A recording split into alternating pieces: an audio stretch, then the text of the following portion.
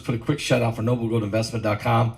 That's www.noblegoldinvestment.com. The US dollar has lost 85% of its value since the 1970s when the dollar decoupled from gold.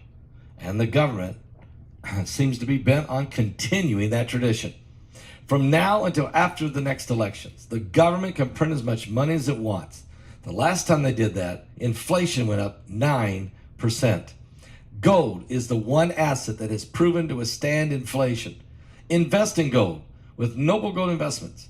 You will also get a 24 karat gold coins, 1/4 of an ounce gold standard coin for free.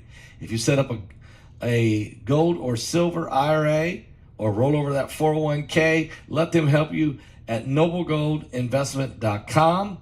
Pick up the phone and call them right now at 877-646-5347. NobleGoldInvestment.com. It's the only gold company that I trust. Hilary, the tropical storm to make landfall in Southern California in 84 years, carried people into surging rivers, uprooted trees onto residences, and inundated roadways as it advanced northward on Monday. This colossal weather system triggered flood watches and warnings across over 7 states. According to the National Hurricane Center in Miami, Hilary had significantly weakened, with only remnants of the storm moving over the Rocky Mountains, the Associated Press has reported.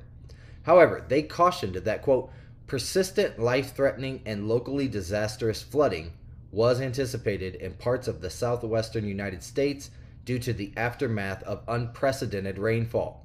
Hilary initially struck Mexico's Baja California Peninsula as a hurricane, causing widespread flooding and resulting in 1 fatality before transitioning into a tropical storm.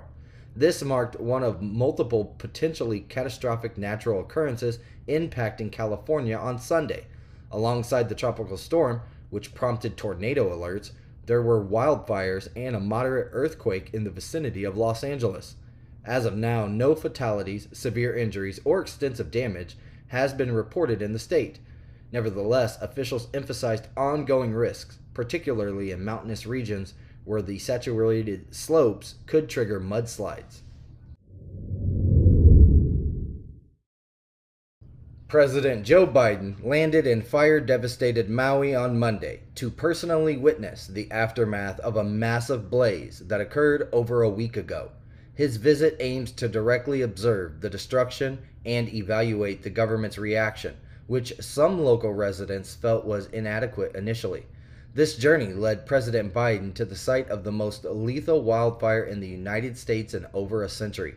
His initial reaction to the Maui wildfires sparked disapproval earlier this month, particularly from Republican circles, CNN reported.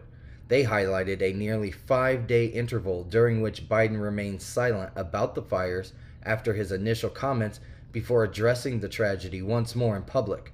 Quote, "For as long as it takes, we're going to be with you. The whole country will be with you," Biden pledged on Monday, saying the federal government would help officials, quote, "rebuild the way of people of Maui want to rebuild."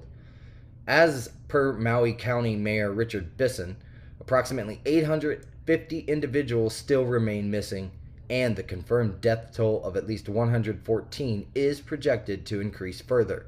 Emergency responders and cadaver dogs continue combing through the charred landscape in pursuit of other victims. During his visit, President Biden designated a senior federal emergency official to supervise the extended efforts for recovery and reconstruction. On Monday, a former neonatal nurse found guilty of murdering 7 infants under her care and attempting to kill 6 others at a hospital in northern England was handed a life sentence with no possibility of parole. The judge presiding over the case characterized her as cruel, crafty, and heartless, suggesting that her actions displayed a level of malevolence and bordered on sadism. Lucy Letby, the convicted nurse, chose not to appear in court during the sentencing process, avoiding confronting the outpouring of anger and sorrow from grieving parents, the Associated Press has reported. She was given the most stringent penalty available within the confines of British law, as the death penalty is not permissible. Justice James Goss remarked that the sheer number of deaths and attempts, coupled with the horrific nature of the crimes committed by a nurse who held the responsibility of caring for the most delicate newborns, presented, quote, exceptional circumstances necessary to impose an infrequent, quote, whole life order. Only 3 other women in the United Kingdom have been subjected to such a severe sentencing.